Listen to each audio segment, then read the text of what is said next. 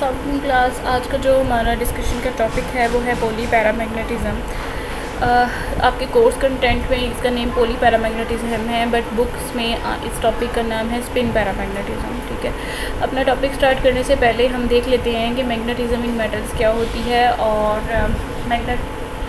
ये तो आप लोगों को पहले ही भी आप लोग डिटेल में पढ़ चुके हो। और यहाँ पे आपको बताया गया है कि कुछ मेटल्स हैं, देयर आर मोस्टली मेटल्स जो होती हैं वो पैरामैग्नेटिक इन नेचर होती हैं, और कुछ मेटल्स ऐसी भी हैं जिनका बिहेवियर जो है जो पैरामैग्नेटिज़्म का फिनोमेना शो करती हैं जब भी उन्हें अप्लाइड फील्ड में रखा जाता है।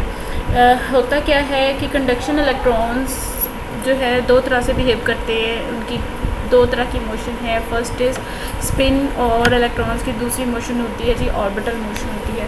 तो पैरामैग्नेटिज़्म जो है वो स्पिन मोशन की वजह से अकर करती है, और डायमैग्नेटिज़्म जो है वो ऑर्बिटल मोशन की वजह से प्रोड्यूस होती है जब भी हम अपने मेटल को किस में रखते हैं, मैग्नेटिक फील्ड में रखते हैं।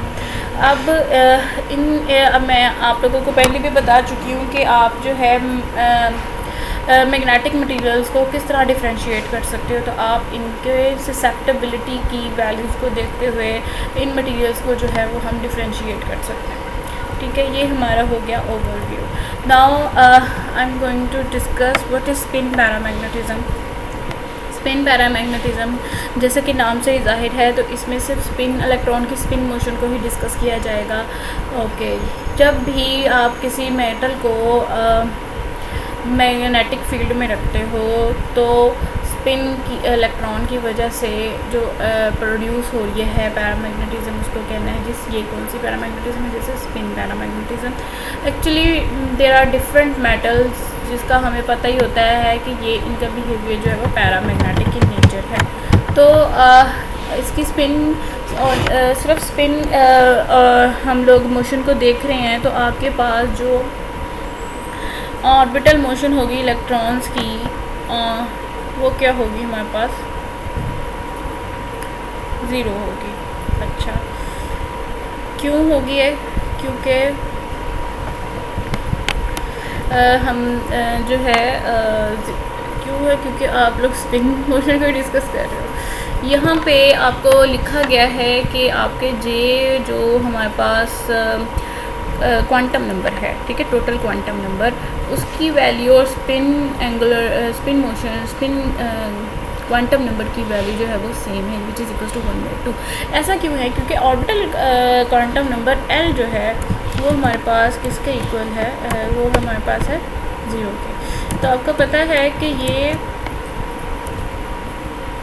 जो है टोटल क्वांटम नंबर जो हमारे पास इक्वल होता है वो S प्लस L के इक्वल होता है। तो आप जानते हैं कि यहाँ पे S की वैल्यू तो है हमारे पास 1/2 प्लस 0, ठीक है। तो J की वैल्यू भी क्या आ गई, 1/2 आ गई। ओके, तो अच्छा, ये चीज़ हमें क्लियर हो गया कि हमारे पास J की वैल्यू जो है वो 1/2 किस तरह है। दूसरी बात आपको मैंने जैसा कि पहले डिस्कस किया है कि ससेप्टेबिलिटी की बेस पे, उसकी वैल्यूज़ की बेस पे हम लोग अपने मटेरियल्स को डिफरेंशिएट करते हैं। तो ससेप्टेबिलिटी का ये जो एक्सप्रेशन है ये आप लोग पहले ही पढ़ चुके हो जब मैंने आपको मैग्नेटिज़्म इन एटॉमिक मैग्नेटिज़्म की टॉपिक पढ़ाया था, तब उसमें ये फार्मूलाज होंगे, आप लोग देख लीजिएगा। प्रीवियसली आप लोगों ने ये सब चीज़ें डिस्कस कर चुके हैं। अब ये फार्मूला आप लोगों को पता ही है। इस टर्म को क्या बोलते हैं, काई बोलते हैं। यहाँ पे जब आप इस टर्म को देखते हो तो आपको नज़र आता है कि ये म्यू बी क्या है, बहुत मैग्नेट्रॉन, n है नंबर ऑफ़ इलेक्ट्रॉन्स, T है इस फॉर टेम्परेचर के, यहाँ पे हमारे पास क्या है, कांस्टेंट है। तो आप देखते हो कि ससेप्टेबिलिटी का जो है इन्वर्स रिलेशन है किसके साथ, टेम्परेचर के साथ, ठीक है।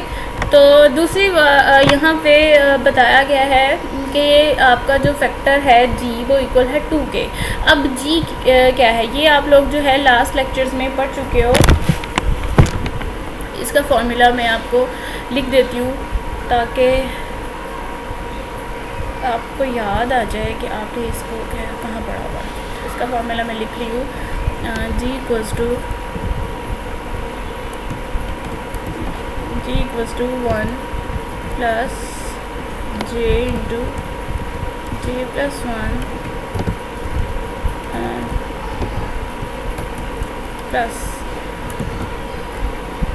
S into S plus 1 plus L into L plus 1 bracket.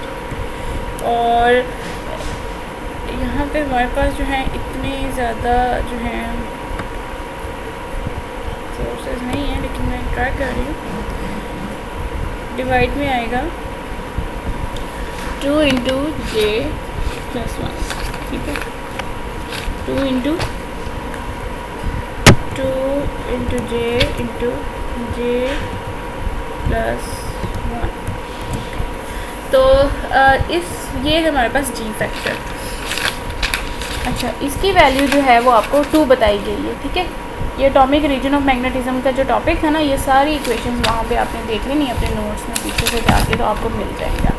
Okay, इसमें हमें उन्होंने बताया है कि जब आप वैल्यूज पुट करते हो तो आपके पास जी की वैल्यू जो आ जाती है वो 2 आ जाती है। अच्छा, दूसरी चीज़ कि हम लोग प्योर स्पिन मैग्नेटिज्म को डिस्कस कर रहे हैं, जिसमें हमारे पास काई जो है, जैसे कि मैं पहले बता चुकी हूँ, वो इन्वर्सली प्रोपोर्शनल है टेम्परेचर के, ठीक है। तो जो है हमारे पास spin susceptibility, the spin susceptibility in metals are essential independent of temperature, ठीक है। ये जो है ना मेटल्स में जो है वो टेम्परेचर से क्या कर देती है, वो एक्सपेरिमेंट से पता चला है कि ये जो है वो टेम्परेचर से इंडिपेंडेंट होती है। और इसकी जो आप लोग एक्सपेरिमेंट करके वैल्यू निकालते हो तो उसकी वैल्यू जो है वो ये इससे जो है वो कम आती है, स्मॉलर वैल्यू होती है जितना कि आप इसमें सारे कांस्टेंट लगा के पुट करोगे, बल्कि एक्सपेरिमेंट से इससे थोड़ी सी वैल्यू जो है हमारी ऑब्जर्व वैल्यू जो है वो कम होती है, ठीक है।